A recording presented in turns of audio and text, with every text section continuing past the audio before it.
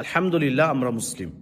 আমরা ইবাদতে, সংস্কৃতিতে, কৃষ্টি কালচারে, রীতিনীতিতে, লেবাসে, সবকিছুতেই আমরা হব ভিন্ন, যা আল্লাহ সুবহানাহু ওয়া তাআলা আমাদেরকে দিয়েছেন। আল্লাহ সুবহানাহু ওয়া তাআলা তিনি যে দিন আমাদেরকে দিয়েছেন, দিন ইসলাম, সেটাতে সবকিছু বলে দেওয়া হয়েছে। মানে একটা মানুষের জন্য যা কিছু প্রয়োজন, জীবন চলার পথে যা কিছু দরকার, সবকিছু বলে দেওয়া হয়েছে।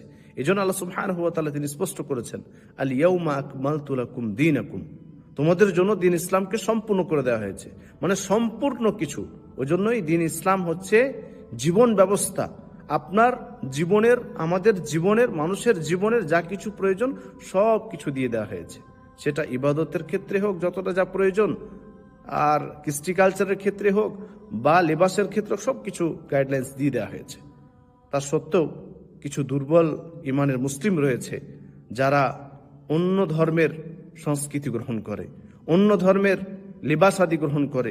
বিশেষ করে তাদের ধর্মীয় যে সমস্ত বিষয়, ধর্মীয় প্রতীক, ধর্মীয় সংস্কৃতি, সেগুলোতে ইনভলভ হয়ে যায়, সেগুলো গ্রহণ করে নেয়। অথচ দিন ইসলাম ওদেরকে সবকিছু দিয়েছে। আমরা কেন অন্যের সংস্কৃতি গ্রহণ করব?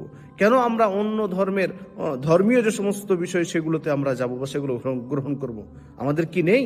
আমাদেরকে আল্লাহ সুবহানাহু ওয়া তাআলা সবকিছু দিয়েছেন। তাহলে আমরা ভিন্ন কেন না? আমরা কেন এই ক্রিসমাস এলে কেন ক্রিসমাস পালন করতে যাই? কেন আমরা এটা পালন করি? এই দিনটা তো আমাদের না। দিন ইসলামে তো এটার কোনো অস্তিত্ব নাই। কোরআন হাদিসে এটা কোথাও নেই।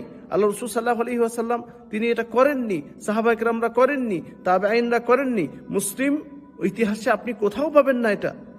অথচ এখনকার বিশেষ করে এখনকার মুসলিম যুবক যুবতীরা তারা ক্রিসমাসটি পালন করছে। তারা নববর্ষ, নতুন বছরকে কেন্দ্র করে এমন এমন কাজ করছে যা নববর্ষ উদযাপন করা স্পষ্টত হারাম। দ্বিতীয়ত, নববর্ষ উদযাপনকে কেন্দ্র করে যে সমস্ত কাজগুলি করছে সেগুলো তো হারাম, স্পষ্ট হারাম। অথচ আমরা এই সমস্ত জিনিসগুলো একদম আরাম করে করে যাচ্ছি, সদরে গ্রহণ করে নিয়েছি। আমরা মুসলিম, আমরা ভিন্ন হব। আমাদের চরিত্র, আমাদের কথাবার্তা, আমাদের লিবাস সবকিছু আলাদা হবে। আমাদেরকে দেখে বোঝা যাবে যে এরা মুসলিম। মুসলিমের কোনো নিদর্শন আমাদের মধ্যে এখন দেখা যায় না। কিরকম ধরনের আমরা মুসলিম? আমাদের উচিত যে আমরা বিজাতিদের কোনো ধরনের ধর্মীয় বিষয়গুলো, বিশেষ করে যে সমস্ত ধর্মীয় বিষয়, সেগুলোতে একদম একদম কোনোভাবেই যাব না, কারণ এগুলো একদম হারাম এবং নাজায়েজ। এমনকি আল্লাহ রাসূল সাল্লাল্লাহু আলাইহি ওয়াসাল্লাম তিনি স্পষ্ট করে বলেছেন, মান তাশাব্বাহা বিকওমিন ফাহুয়া মিনহুম, যে ব্যক্তি যে জাতির সদৃশ্য গ্রহণ করবে, যে ব্যক্তি যে জাতির